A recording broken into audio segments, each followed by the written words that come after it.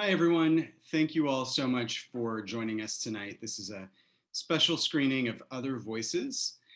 We're going to run the entire film here directly through the webinar, and then we'll come back for a live Q&A with director, producer, SCA alumnus Ose Oyamendan and producer and SCA alumnus Eric Connor. And they're going to be joined by two of the main characters from the documentary, Roni, Keidar, and Eric Yellin. So I hope that you'll all stick around for the discussion to follow, and I hope that you enjoy the film. Thank you all so much.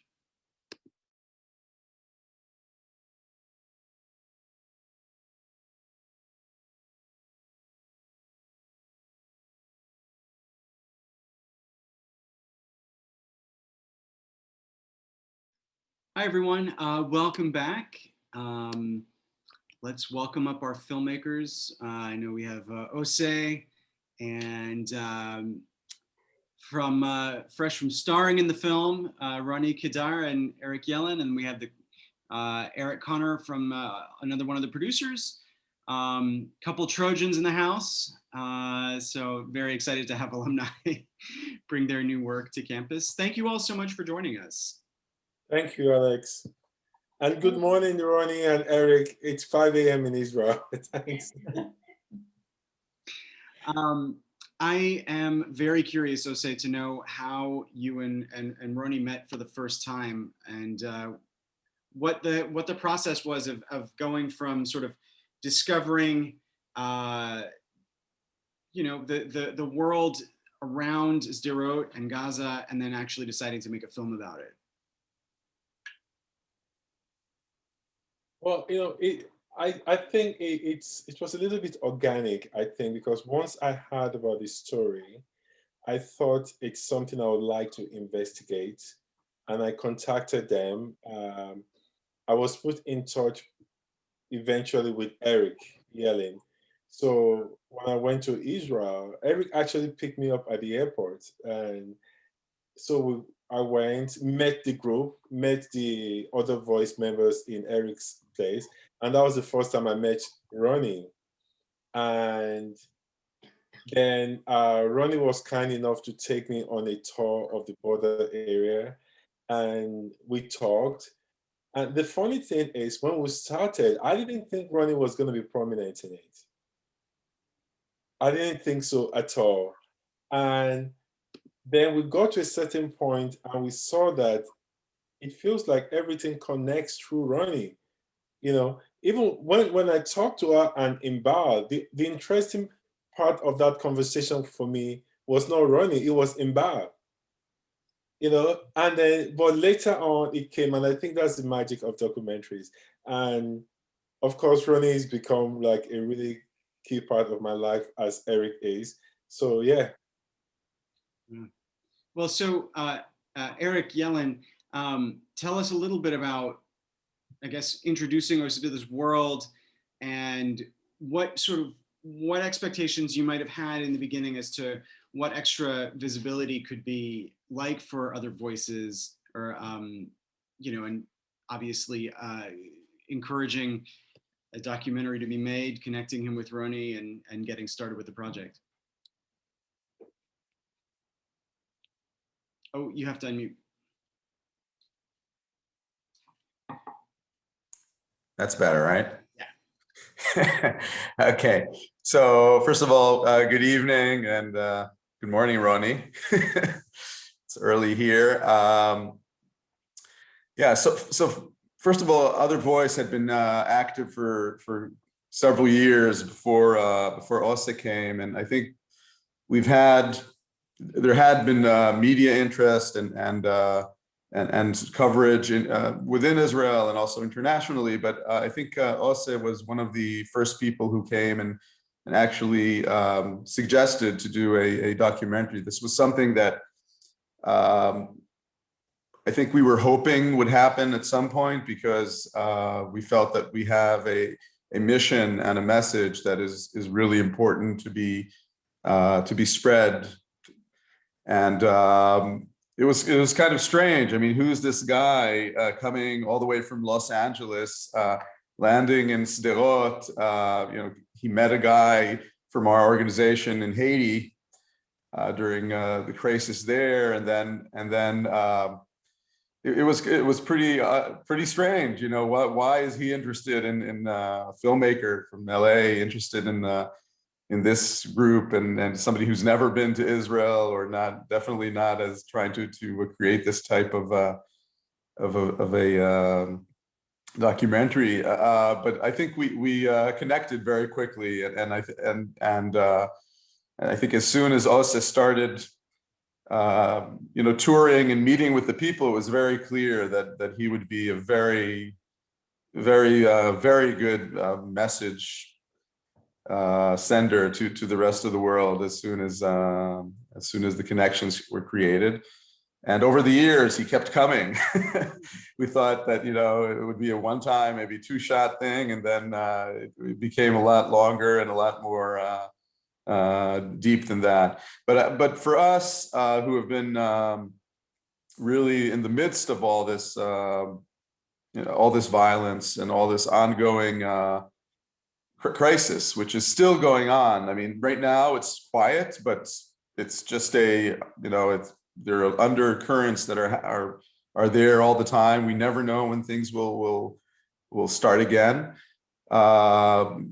So for us, having this message, which we've been sort of a rare group who's been constantly doing this for many years now, since 2007. It's a really important opportunity for us to have people around the world have a window into what we are trying to do, the message we are trying to bring, the struggle and the suffering that is happening still within Gaza, and to some degree also on our side, though we have, other than normal Corona crisis that's happening everywhere, we have been living a quite normal life over the past year or so. So it was just a great opportunity, and we're very, very thankful that the film has finally been released and now starting to be circulated. Roni, tell us a little bit about meeting Ose and then going from potentially a character in the film to the main character in the film, and what that process was like in terms of deciding to trust this filmmaker and to give so much of your own sort of like private life into a film that was ostensibly about an organization and ideas, but is also very much rooted in your own human experience. First of all, it was quite bewildering, frightening. This is not what I thought. I thought it was more other voice, but I do see myself as an important part of other voice, a very active part of other voice. Meeting Ose was, I think Eric described it very well. It was just, at first, it was just, someone coming interested in the situation, wanting to make a few shots. And then it got deeper and deeper. For me, Ose is now part of my family. And I find that he's part of this whole situation. He really knows what's happening here. And he's tuned in the whole time. I think sometimes before I know it, he already phones me and says something's happening. And as Eric said, it's to us it was so important that I feel that this is a message that has to come across. I don't think it's seen enough. I don't think it's understood. No one understands what really is happening here. This is a very good way to do it.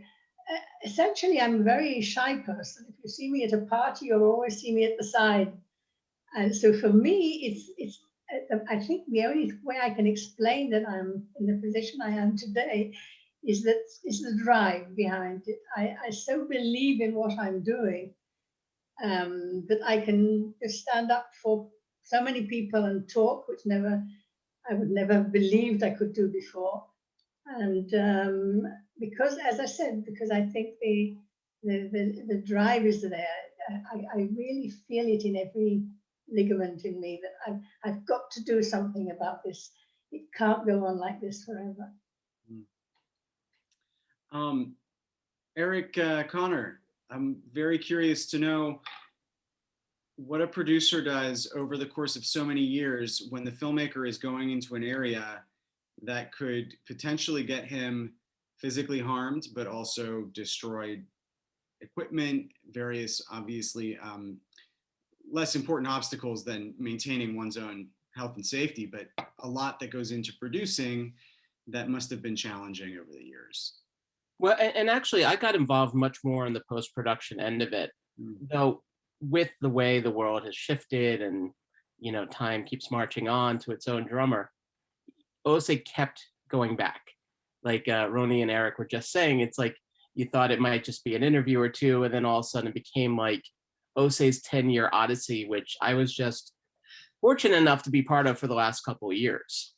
And really that speaks to sort of the USC, I know the term is used, USC Mafia, but that doesn't sound like a nice term. USC family, which I know is another term sometimes for Mafia.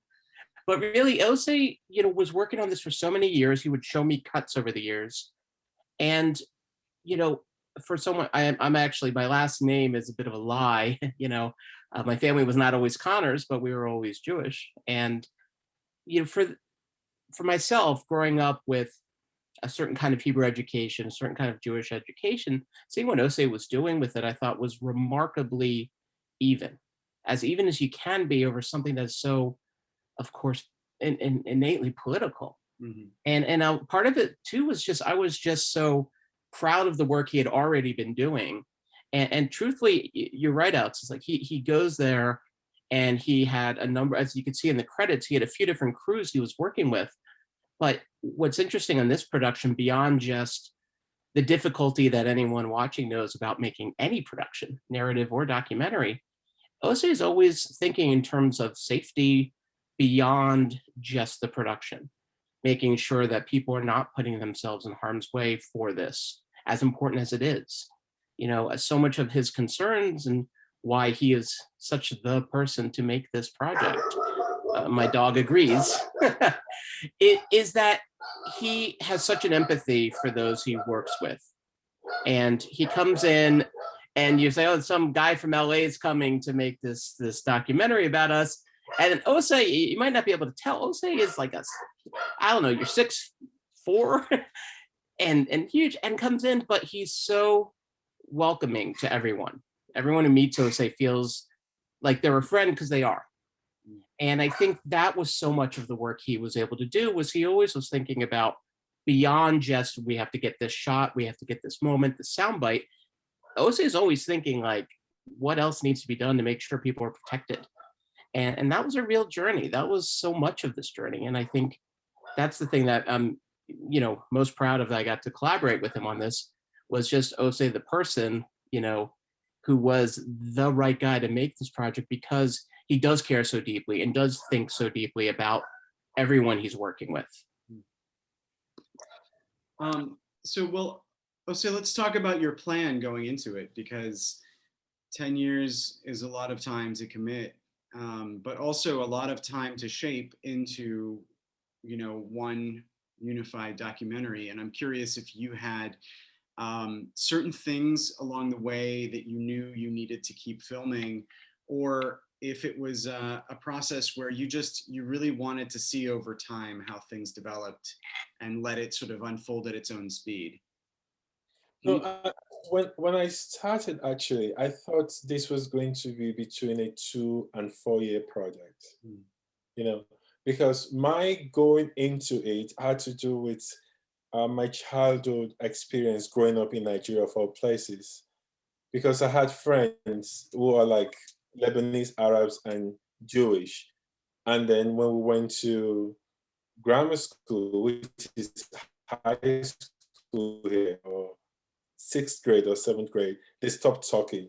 So I always wanted to reconnect that, you know. And when I started this, I just thought, you know what, we should be done in 2 to 4 years. And then I couldn't get into Gaza for 3 years. Mm. You know, so we effectively started for me when we were able to go into Gaza. And then I thought at one point we were going to be done by 2016. And then Trump won the elections. And I knew Trump was going to do something there. And I wanted us to be able to capture that and not wait while the film is out. And then Trump does something and we say, oh, we wish we had captured that. And he did do something, you know, like Roni said. But when going into it, I didn't know the story too much. I knew it was very unusual that these two people that are supposed to be killing each other, there are pockets of friends there. And I wanted to see how possible that is. I also wanted to see how people could live with this, they're losing their properties, losing their family members and friends, how that shapes a friendship. So I went there, want to learn, to see it. And the moment you get there, for me, it's so easy to become part of it because even people in Israel don't know that life.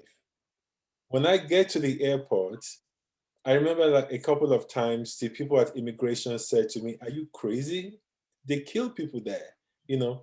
And so there's that disconnect there. And I just felt over the years, the kids that I knew, like Eric's kids that we used to just argue about soccer, they were now older people, like battling life decision about going to the army and going into college. And when I first met them, they're like 13. They didn't have such worries. Or like Ronnie's grandkids, like, you know, when I met them, they were like kids that were just like crying. They just cry over little things. And then the next time I was seeing one of the kids, it's like now I'm playing soccer with them. Like I played soccer with Eric's kids like 5 years before, you know. And these kids are growing up into this very insecure area.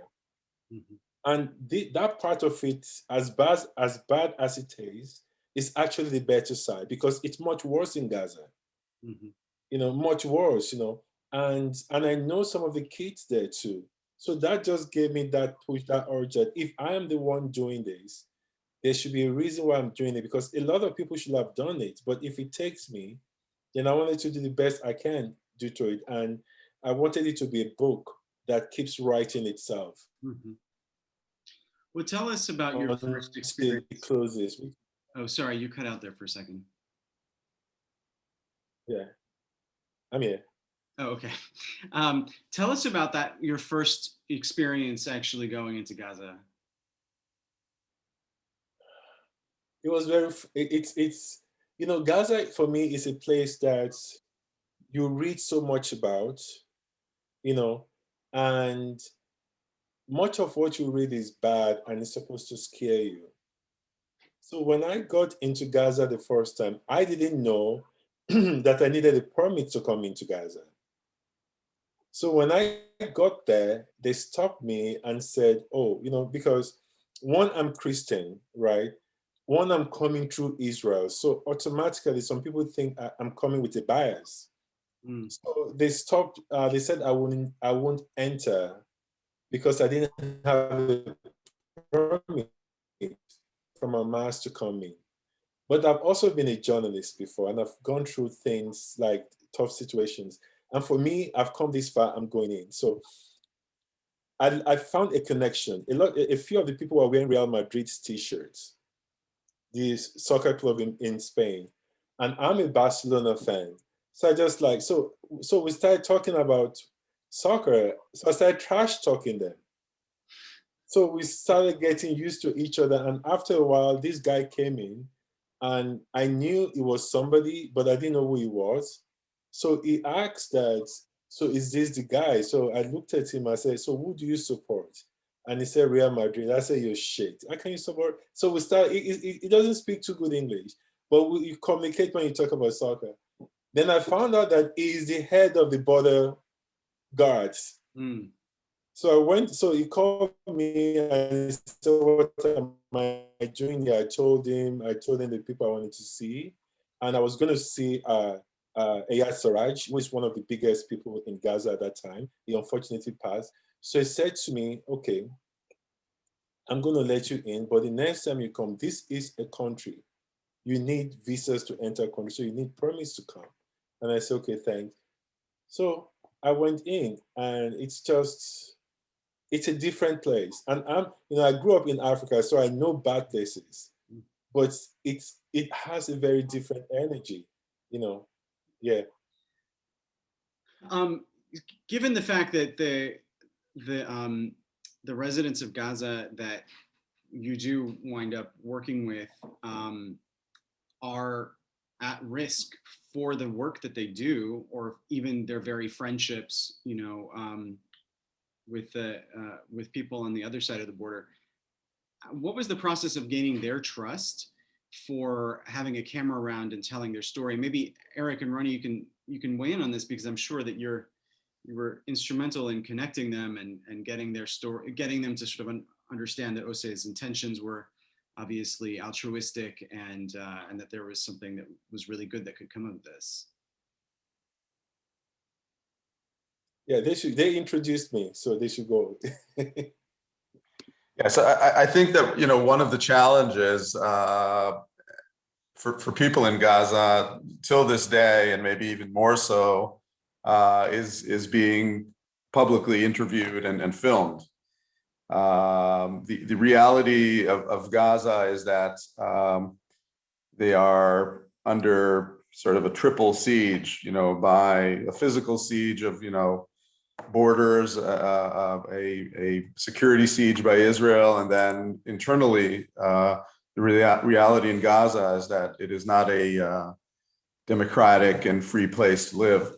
So I think one of the challenges over all the years we've been working in Gaza, regardless of the film, not even connected to the film, was actually having people from Gaza trust the communication with us, the actual connection with Israelis, who are their enemy, and who are the soldiers and those who bomb them, and of course the internal fear from their own security. So I think over time, one of the main achievements that Other Voice was able to reach was building this trust, not with large groups, not with the government, not with any officials most of the time, but with individuals who are just like us, human beings who want to live normally. And through these connections, which have been, sometimes connections that went on for years and years and still go on, we were able to build this trust that then introducing them to Ose felt very, very natural. But even then, not all of them were willing to be interviewed. Not all of them are in this film. So there are quite a few other people that we are in contact with. And I think through these connections, through the trust that we were able to build with them, bringing in Ose was sort of a natural process for us. And then they were able to trust his process as well. And of course, he's a very trustworthy guy, which builds confidence within the communication that he creates. And so even those who we thought might be more fearful or less cooperative for their own safety, many of them were eventually willing to go on film and be part of this. Roni, do you want to add to that? Since you're obviously. Yes, I think Eric's really said it all. It's not easy to gain their confidence. On any, we find it daily. There are people who will talk and are ready to. I sometimes bring them into groups that I have here at home and call them on the phone. Some people ask me not to do that. They keep only the personal touch and don't want to go any further. I think these people who have joined the film and who are ready to speak out are very brave, very courageous. They are endangering their lives, and that's one of the things I tell many people here that say we do everything and we can we protest and we do. Why aren't they doing anything from inside? So I said it's very easy for us to do here. I can say what I like. People might like me more or less for what I say, but that's as far as it will go. And for them, they are risking their lives, their family, their freedom. We know of terrible stories there that we have to be very, very careful about. Also a kind of mistrust amongst themselves there, that they're afraid of one another, that they don't know who they can trust and who they can't trust, even within themselves, let alone with people outside. So I think that's one of the important things about this film, that so many people don't really know what's going on in there. It's so closed off, and it's so difficult to get in or out, and to meet people. Most of the meetings we have is Zoom and WhatsApp. But from time to time, we manage to find ways to contact people directly. But like if they come through for hospital treatment, then if I go and meet someone to take to hospital, then apart from the humanitarian act, I'm actually we can talk. We look at one another. We don't always agree, but we talk pleasantly, and we get messages across from one another. And that is so important. And I think Gaza can't remain in the shadows all the time. It has to be seen, and that's why I'm so thankful to Ose for what he did here, because they see our Gaza, the good and the bad. Was there anything or anyone in the film that you had to remove for security considerations? No, what we did was in Gaza, first of all, everybody there, for the most part, have this commitment to telling their story. There were fears at the beginning. There were fears, and there's still fears for some people, that how is this going to be interpreted, But one of the boldest people I met was the guy at the beginning, Ahmed, And I was always worried about Ahmed because he talks. He sometimes he tries to lash out, So what we did a lot was we removed a lot of political stuff, because I made up my mind at the beginning that we were not going to have politics in it, as much as it's a political issue. Because the moment you start talking politics, even among the friends, it becomes a very different conversation. And what happens there is like you forget the human side of that conflict, because it's the humans there that suffer, not the politicians, And I really desperately wanted to show that human side and try to take off the politics. So what I did is like with somebody like Ahmed and Marwan, to some extent, for everybody in Gaza, actually, we watched it over and over. And every time they mention anything that is very political, we take it out.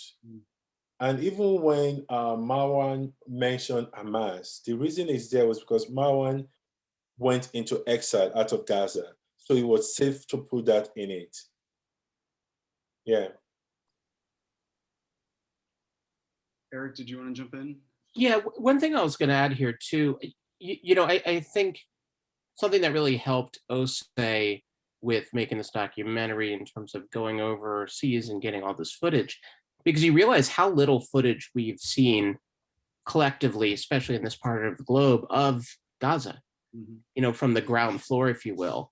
But really something that I feel also speaks to what Roni and Eric do every day, it seems, is listen. So much of this is listening, something we've talked about in other, Q&As we've done. And I think, even in how this was edited together, there are scenes of people talking that go a little longer than you might normally expect, even in a documentary. And I think so much of that is allowing people to say their piece, and really being able to hear it, not putting a wall up. I know that might have been tough for me on set, to some of the things said about Jews or about Israel, but I feel the strength of the storytelling is getting beyond just a comment to why is something being said, And this also helped in behind the scenes in terms of how do you go get a permit from the Hamas? It sounds like a tall order for any American, or anyone from anywhere in the world, really. And I think part of that is you listen to like, okay, what is their concern? How do I address their concern? And how do I make them feel like I don't have an agenda? That was a big thing. Ose was saying, it's like somehow to do a piece about Israel and Gaza that's not its themes, its emotional spine is not the politics. It really is a character story of Roni and Eric and all these other amazing people who I always, I joke with them before, like I met them after they became my heroes. After I spent a good amount of time in an edit bay with Ose and Glendale, talking about the minutia of certain cuts, but seeing just how remarkably brave they all are and how much they care for one another, which I think is also a real important part of this. Tell us a little bit about having, is his name's Nathan? Nathan. So his daughter, was killed in one of the raids, in one of the bombings, right? And that's such a deeply personal story for him to share for the camera. And I'm curious if you could talk a little bit about working with someone who is, also sort of sharing grief with you for the camera. No, I think that Nathan is one of the most amazing people I've met. Very, very charismatic. Is his own person, and this goes back to Roni again, because I didn't know the connection between him and Roni when I first met him. Eric drove me there. He has this fantastic restaurant, and I was amazed how he was sharing such a tough thing, tough part of his life. But again, it goes back to these friends, that we call characters. It goes to the point that they want this to stop, So if they have to relieve that just to make it stop, they'll do like Nathan always say that if somebody else, how do I put this? If his daughter dying will stop everything, maybe it's worth it. He says things like that. And, it's a painful thing for him to say. And it's also very painful for him to see his daughter's friend grow up, like in Bar, for instance, because anytime he sees Bar or talks about Bar, automatically remembers his our best friend, who is Dana, his daughter, So it was easy. He had a mission to make this stop. So it was very easy to get him to open up. And over the years, when I go and I'll talk to him, and it got easier. It got easier and easier every time. And now I can just pick up the phone and call him, and we'll talk about everything but that, And I think also the story, for instance, Roni probably can tell the story of that day better, because she lived it, and she knew Dana from when Dana was like a young girl till when she passed.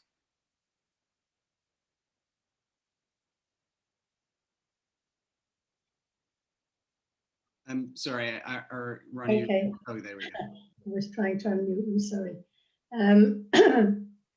This was a very difficult part of the film, and I think every time I watch the film and every time I go, it all comes up again. And I remember those days with my daughter and how she, and I think that's one of the things we can say about growing up and maturing, that Nathan was ready to see what he could do with such a terrible tragedy in his life, and see a little beyond that. Whereas my daughter in Bal, it's very far more difficult for her, and you could see it in the film actually, that she can't come to terms with the other side, as she doesn't see it as it's evil. She doesn't see another side of a story. She sees something evil on the other side. And why should she think about them when they took her best friend from her? So, but that, it's just one story of so many, and I'm sure there are many, many more like that. And when I always ask my friends in Gaza never to start discussing numbers, because numbers, to my mind, you can't say, oh, more people were killed here than were killed in Israel, or more people, there was more devastation there than here. It doesn't work, because when you're hurt, you hurt, and it's very difficult to say, oh, never mind, okay, it's only this one. The word "only" doesn't you can't use in this context, and so it is.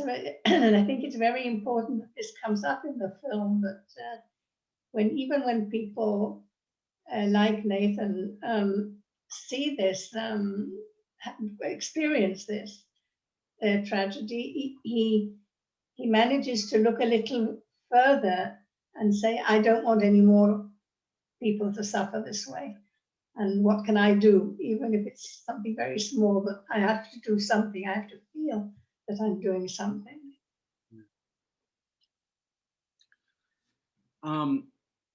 We have a comment from the audience, and I'll just read it out loud here.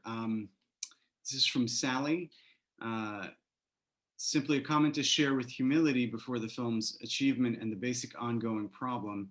Did the issue of a one-state solution ever arise? I ask because as much as the film makes a beautiful portrait of a small number on both sides striving for empathy, the wall, as Maha says, is no solution.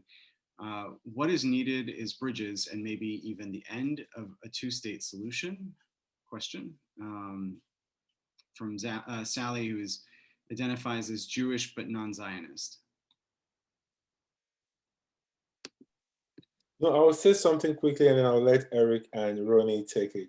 For me, we wanted to make a film that is not political. We wanted to make a film that shows the human side of it, because I came to it from the human side of me and my friends breaking up in a big city in Ibadan. So that's my take, but they can talk a bit more about it. Yeah. So yeah, go ahead, Roni.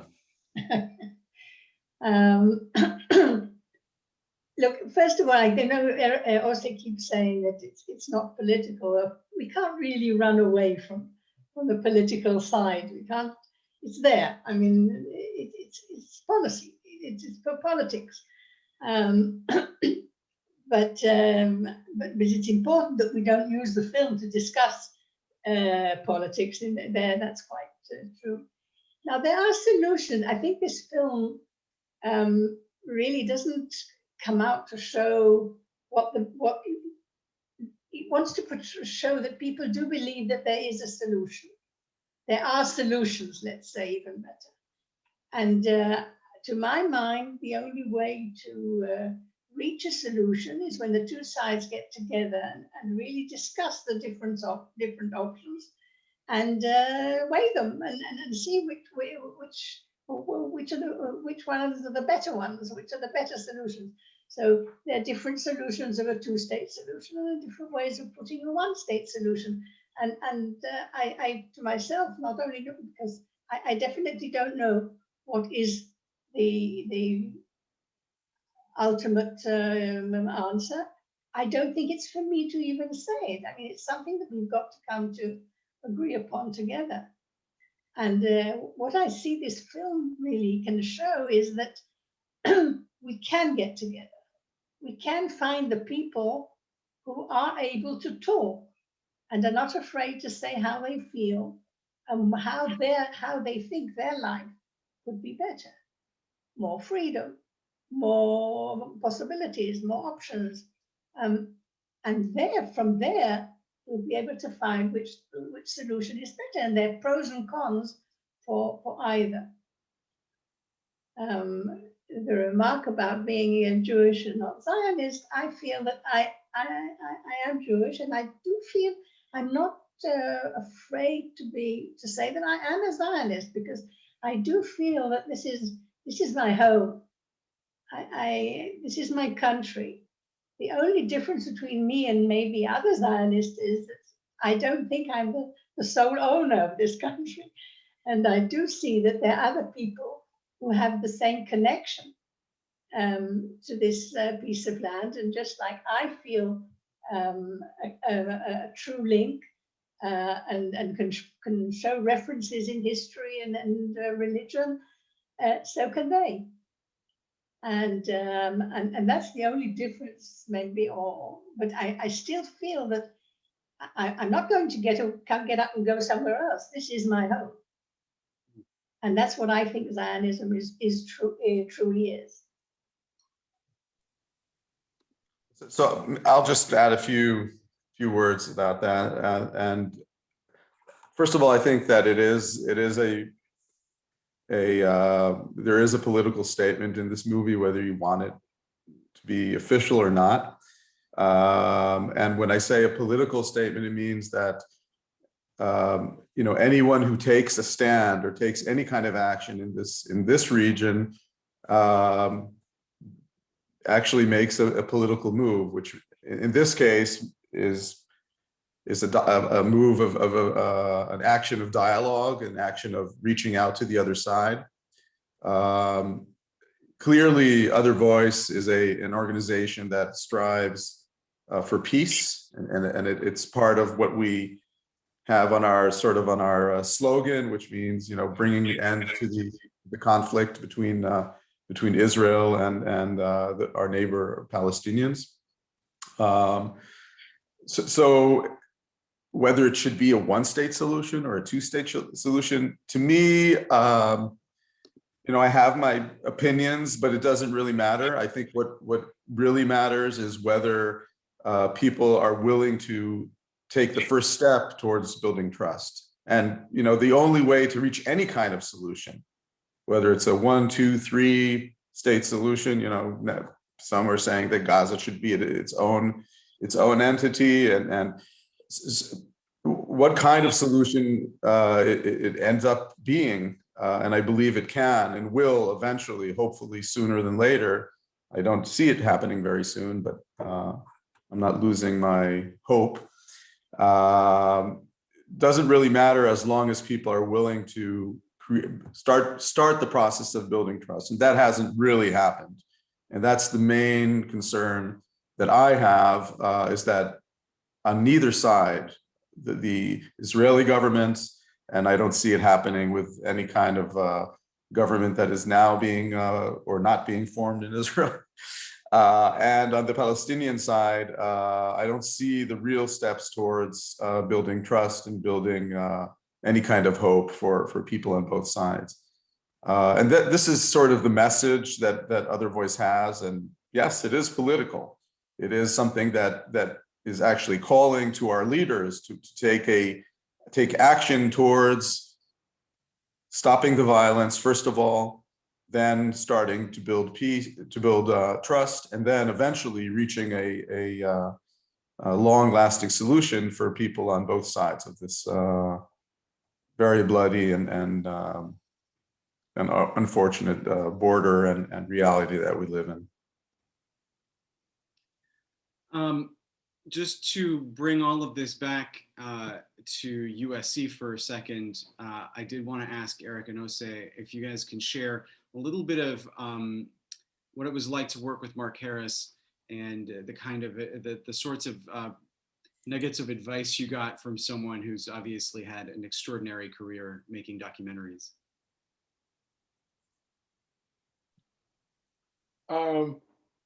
Mark, I met Mark within the first 2 days I came to USC, and he taught me writing, actually, not documentaries.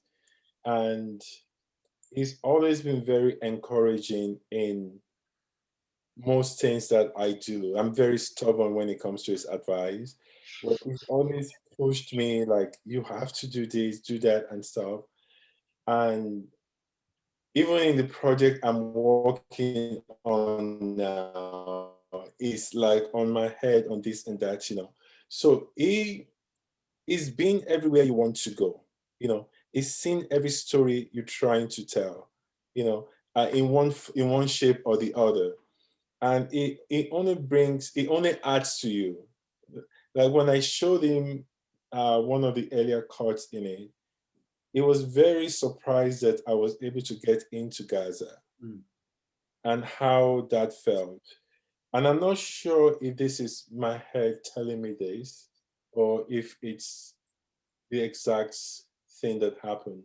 I think he may have been interested in doing something along this line or something a long time ago. But then it's a very, very frustrating thing to do this project.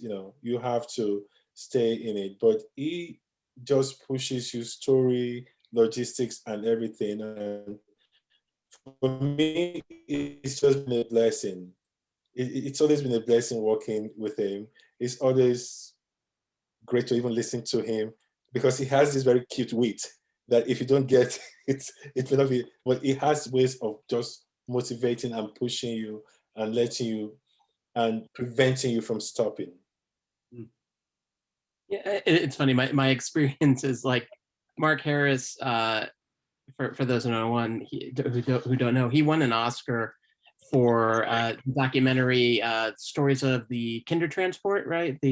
Which was a documentary about the Holocaust, and I was very excited when I came to USC, knowing that he was here. But then I wound up, I think, only being in a room with him once, and then I worked on this documentary many years ago for a bit called The Cutting Edge, which was made by Wendy Apple, who sadly passed away a couple of years ago.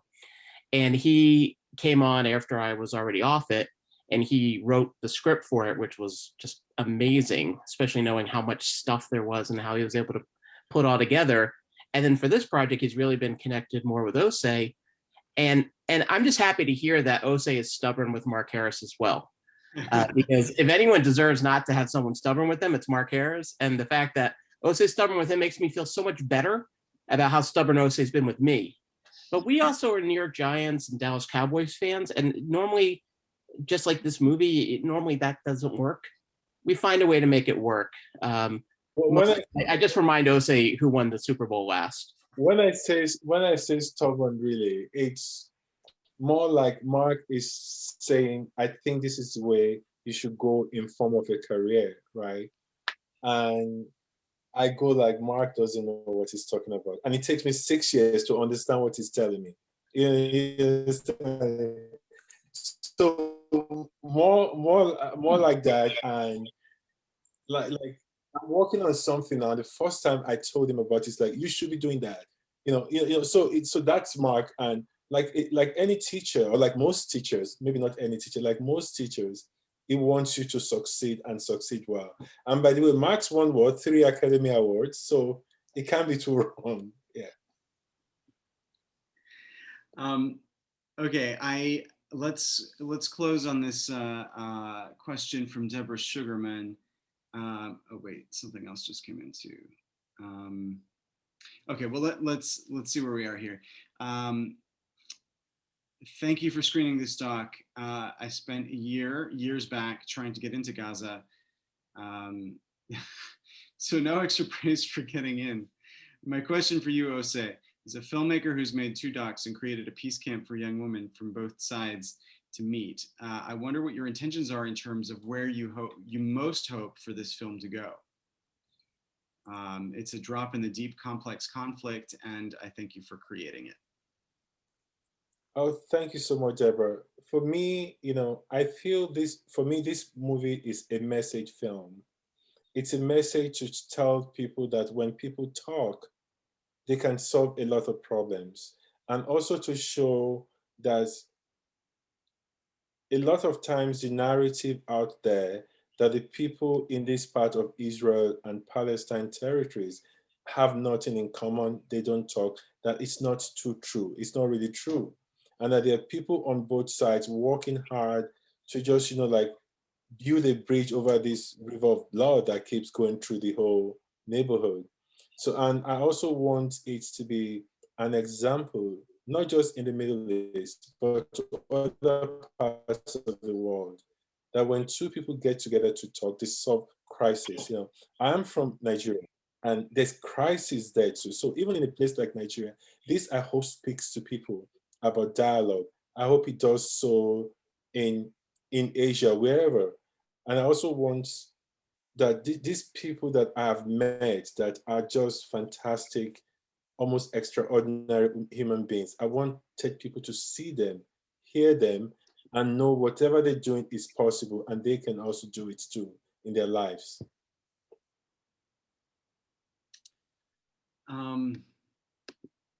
Okay, we have one more from Katya. Do you think the majority of Israelis want peace with Gaza, but as Roni and Eric mentioned, cannot agree on how to achieve it? If not, what do most Israelis want long term? That's going to be for Roni and Eric. And hi, Katya. Okay, so I'll start. Well, I think most Israelis want peace. Most Israelis want to live a secure and untroubled life like any human being on this planet, as do I think most Gazans and most Palestinians. I think only very few people believe that the way to live life is through ongoing wars and bloodshed. With that said, we live in a very, very complicated region. So it's very easy to break things even when you build them over many years. So, you know, peace accords and agreements are really important, but the ongoing real connections and trust building between people on both sides is you know, what I think is the glue that will eventually bring a solution. The answer is yes. The solution of how to do it is very clear, but it's a very long process. I mean, we're talking about multi-culture, even within Israel itself. It's a very complex country as far as its multicultural making. And when you add into this, you know, religion and language and geography, things become even more complicated. So it's yes, but it will take a long time. We need a lot of patience, and good people working together can bring it on. Eric? I believe that the most, Eric mentioned trust before, and that's one thing neither of us have on either side. We really don't trust one another. On one hand, we don't trust one another, and we don't understand why the other doesn't trust us. You know, why should they trust me? and it goes both ways. But I think that's what we are doing in Other Voice, and making these connections that at least among the people build up a trust that doesn't exist at the moment. Very rare, very few. But in the long run, everyone wants peace. There's no doubt about that. The only thing is what they're ready to do for that peace. Mm-hmm. Eric has just put some information about the website for the film. So if you're curious about learning more or want to be able to share it with people, you can go to darkroom.film and take a look at Other Voices there. Oh, and there's the official movies website. So thank you all so much for taking this time to come and talk with us. And Ose, after so many years of hearing about your travels and getting recommendations on where to get hummus on the gas stations by Sderot. I'm very excited too. That's actually a funny story, because Alex was going to Israel and I was recommending, we were talking about it, but he likes sampling stuff. So it's like, oh, you have to go here in Sderot and stuff. And I've done that a few times. I have people going to Israel and say, so where do you think I should go in Israel? So that was fun. My favorite is when Ose says to me, you speak Hebrew like you're American. You know, so like all those years I spent in Hebrew school, and Ose's got me beaten the course of a couple trips. I don't doubt it. It's a very man of many talents. So thank you so much, Alex, for this. Thank you, everybody. absolutely. And thank you, Eric and Roni, for waking up very early to do this. Thanks everyone for listening, and hope it brought some kind of a insight into this complicated reality. No answers, but some good questions probably. Thank you all. Thank you all, of course. And I wish all best of luck to Ose. And the more people see that film, I think it really is important. It's got a message that I do really believe that the world should see. Thank you. Good night, everyone. Thank you all again so much. Thank you so much, Alex. Take care.